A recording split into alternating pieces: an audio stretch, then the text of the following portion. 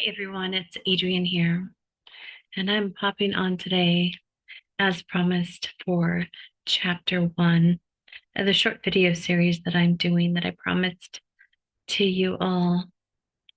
And right now, the existing title is Building the Bridge. And just a reminder, if you didn't see last week's introduction, I'll put the link in the description of this video so you can catch up if you're interested. I was explaining that I'm sharing my particular individual story in hopes of providing inspiration and even validation for what you're going through at this moment. This is a wild time. Many of the systems, structures that we've depended on for most of our lives are in the process of being rewritten right now. And that can cause a lot of fear and uncertainty and confusion. And we all have our own unique journey of this event horizon that's happening. And we all have something unique to share from our own vantage point. I like to think of each of our lenses, our personal lenses of the historical event unfolding right now, as one piece of a mosaic.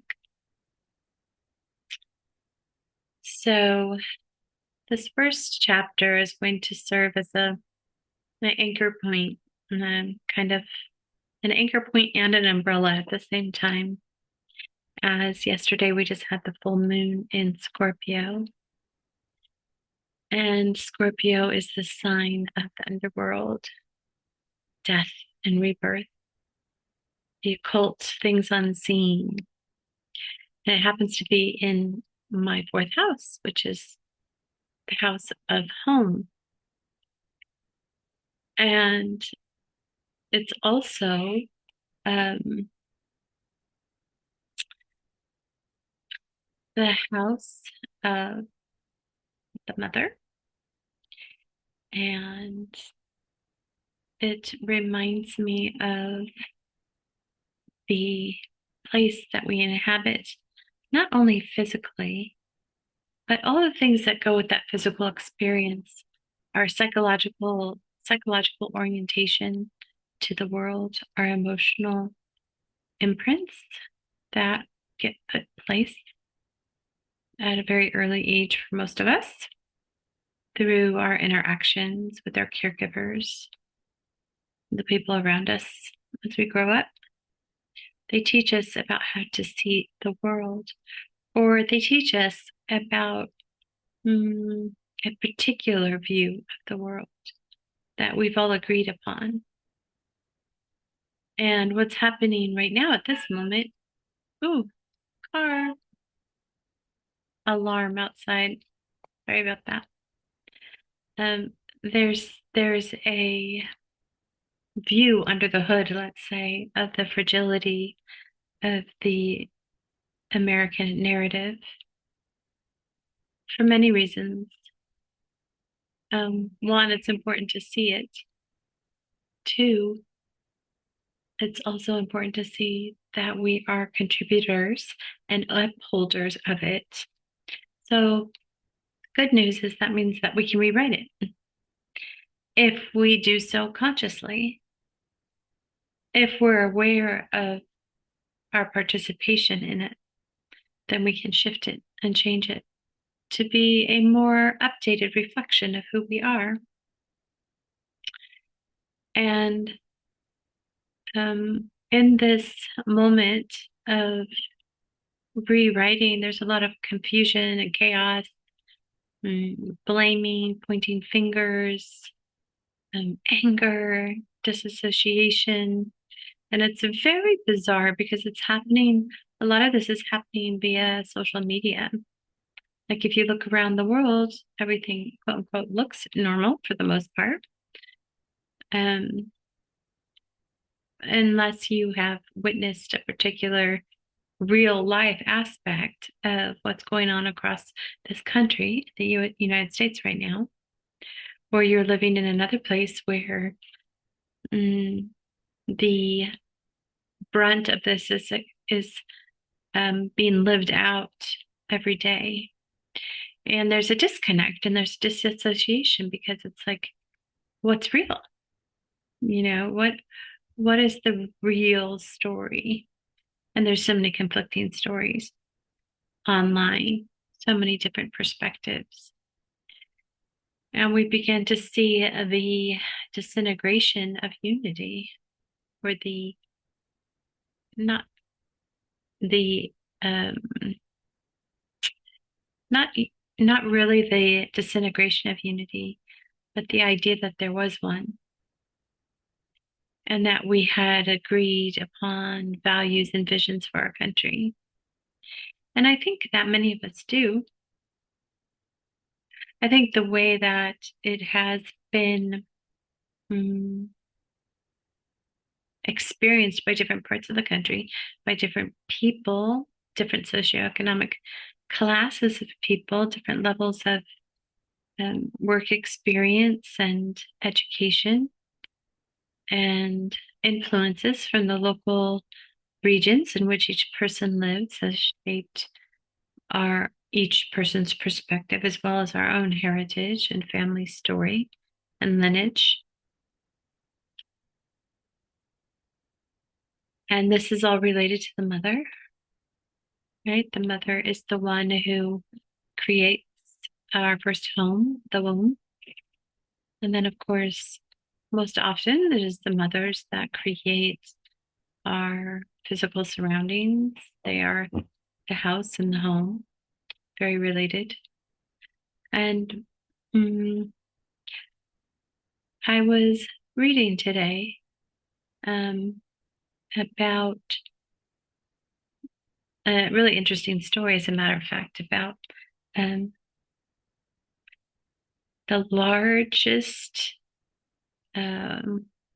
body of fungi exists in Oregon.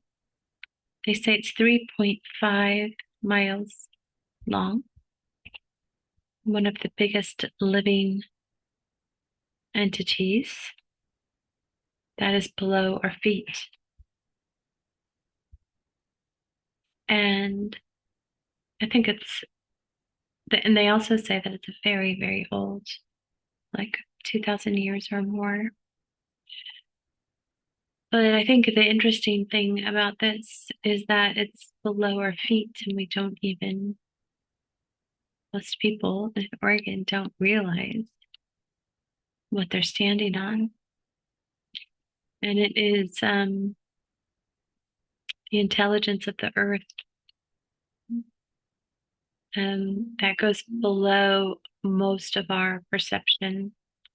That doesn't mean that it's not there, and it doesn't mean that it's not making a valuable contributions to the ecology of nature all around us,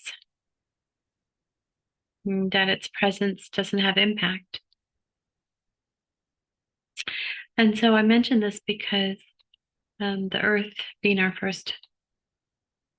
being our home for all of us, and that there's many things about our homes, and I don't mean the physical home, but I mean the idea of having a home country, of belonging to a place, seems for many just like everyday business.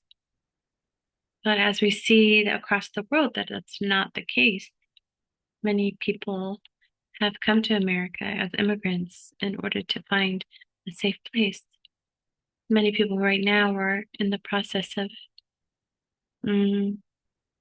maybe exiled from their home, to have their feet removed from the land in which they stand. And so these fundamental rights, these things that we take for granted, are not so simple. And yet they're extremely simple. And it makes you wonder, what is going on? What is the interest that causes people to want to remove a group of people from a land? Why are those people not welcome there in their own home? And so this is the whole theme that has been a large part of my journey.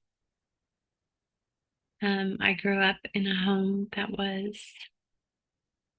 came from two distinct branches, and each branch had their own distinctions. For instance, my mother's family, one side, they were from Germany and Denmark and Sweden, and the other side was from England. Then on my father's side, there's a whole mixture of indigenous, Mexican or mestiz, and Spanish. And I never quite knew where I belonged, especially when you go to school and you see all those little boxes and it says, check a box. And one of them's white, one of them's Hispanic, and I had to pick just one. And I always felt this mm, discomfort in my body. Like, why don't they have a place for all of me? And I always felt dishonest if I checked one box and not the other box because it didn't seem to fit me. And so I felt this unsettled sense from a very young age, and maybe you have too, trying to figure out, where do I really belong? And because I have a Latin surname, often people relating to me either through that lens of, oh, you must speak Spanish. And then other people saying, oh, you don't look Mexican. And so there's this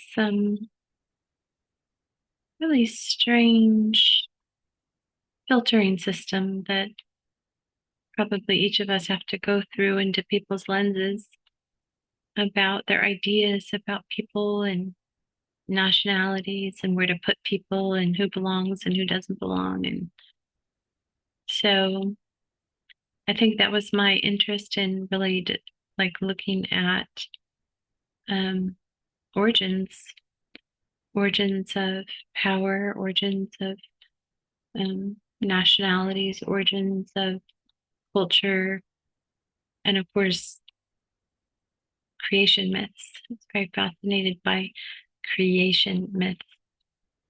And one of my first books that started to really look at alternative or more inclusive stories than what I was given growing up was a collection of creation myths from around the world, like a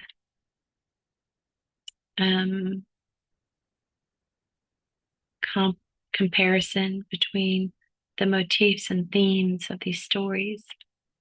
And what I found fascinating was many of the stories had similar motifs and themes.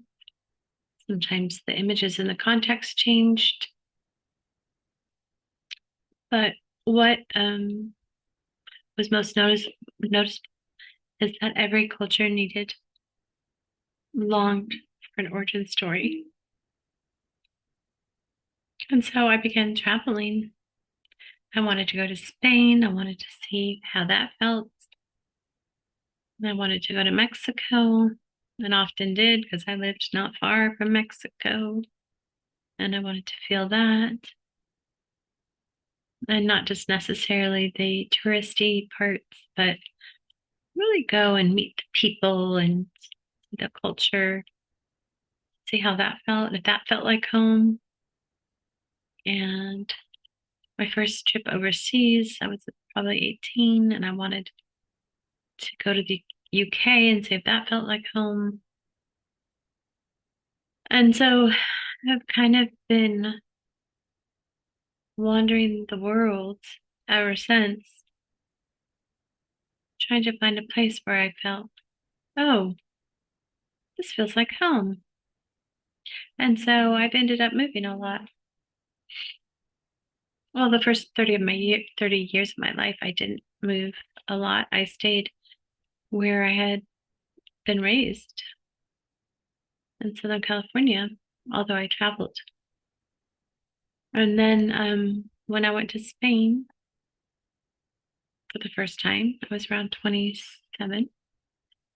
That changed everything. All I wanted to do was travel. And when I went to visit Spain, it was such a impactful, like the land was so impactful into my being. I felt very much at home. And when I left, I was so heartbroken to leave. I felt so sad that I cried.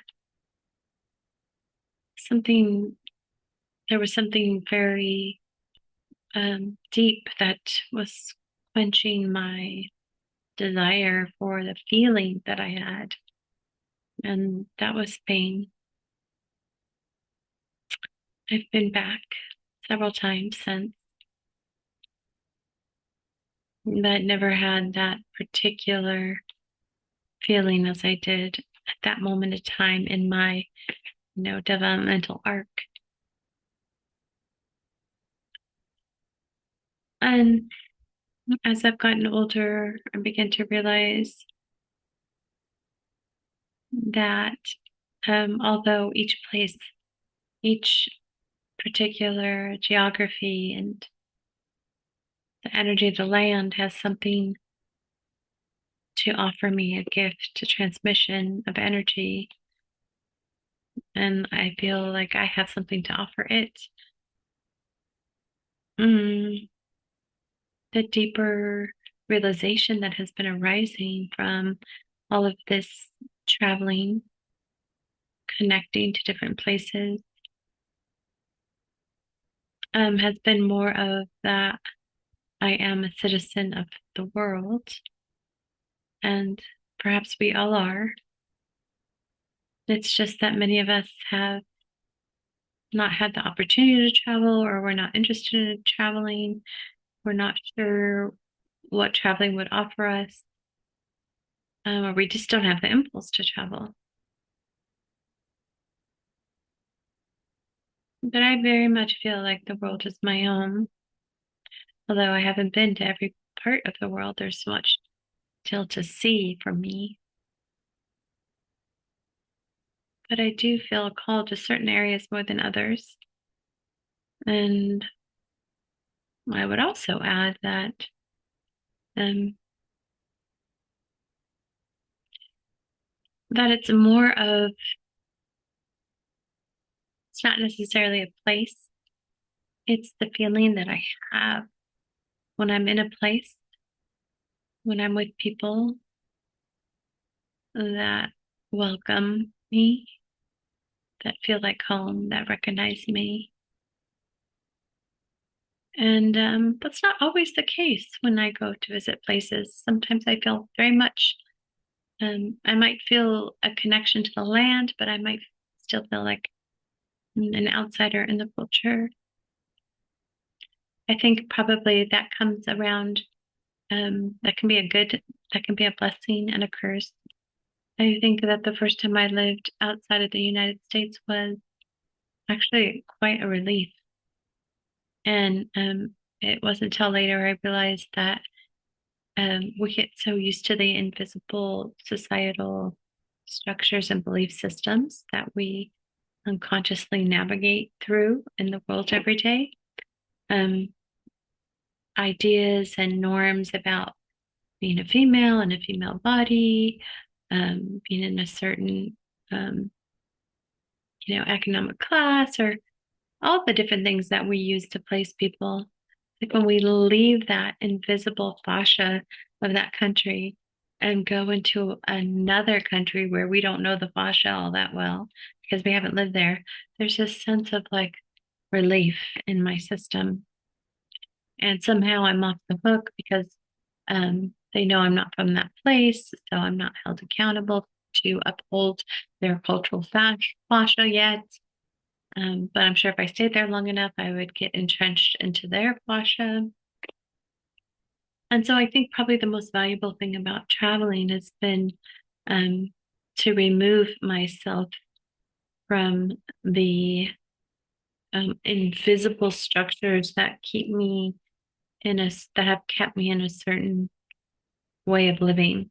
So it's traveling has been the number one most expansive um, practice for me in regards to emotional and psychological ability to break out of um, inherited patterns, self perceptions that I've taken on in roles, whether that's in my family or in jobs or in different communities.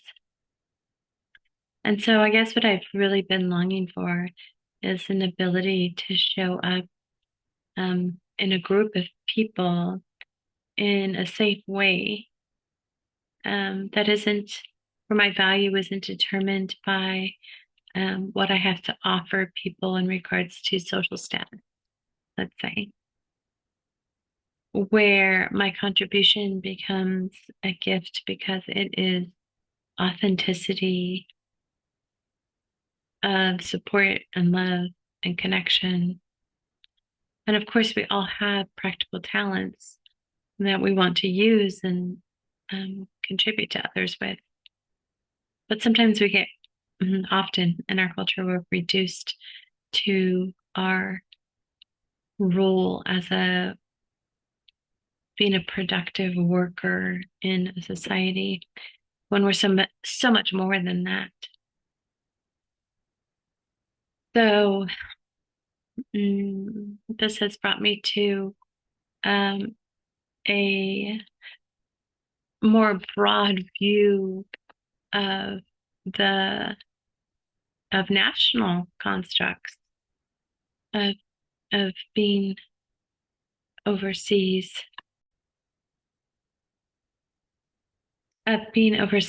in during 9/11, and to be able to see the constructs in the media, in the British um, media, and their view of the world, and how that shaped their coverage of the event in America, and how um, particularly unique it was to be experiencing what was framed as a terrorist attack over there in America, even though I wasn't there.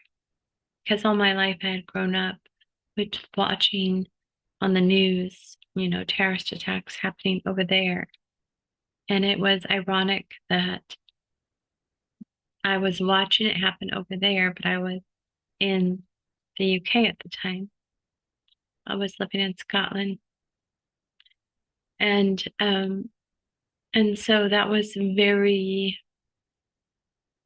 instructive to my being because I realized there's many versions of America as there are countries, depending on their relationship, their values, um, their agendas, um, their particular relationship to other world powers. And that's when the depth of it really struck me. And I think I had written a short piece on that called "Will the Real America Stand Up, Please?" Like which version of America is actually the real one. And that's when I became very aware of the inability to tack down, nail down a version, an agreed upon version of the world and the events that happen, and that human, almost invisible layer that gets placed over the event as a real when it's actually a particular social construct that is interpreting an event. And it's those layers that look invisible, but they are what shapes the perception of the event. And I hadn't gotten the depth of that until I experienced it. And when I came home, I attempted to share this with people, my family, my friends, and some people didn't really understand what I was talking about. Some people got offended and thought I was being anti-American when I was simply sharing an observation of these different versions of what's real. And I think that was a super informative, has been super informative of the rest of my life about how I approach things, how I approach people, how I approach perspective. There's always that invisible, I don't want to say handprint, I'm going to say um, cultural print on people's perspectives. And I think that's super important to remember at times like these that are happening right now in our world. As stories are popping up on the through the media and all different twists and turns and interpretations, and that the truth is somewhere in the middle. So I think that that awareness has been central to my learning and my path. And as one of my mentors used to say, in my mindfulness practice is part of mindfulness practice is learning that things are never as bad as they seem and they're never as good as they seem. Simply pointing to the fact that our personality is based in a culture that has bias and creates things, distorts things, remembers things as much better or different than they actually were. And that real being with a capital B is actually being able to sit with that dichotomy and able to be with the truth that my experience isn't the truth with a capital T, and neither is yours.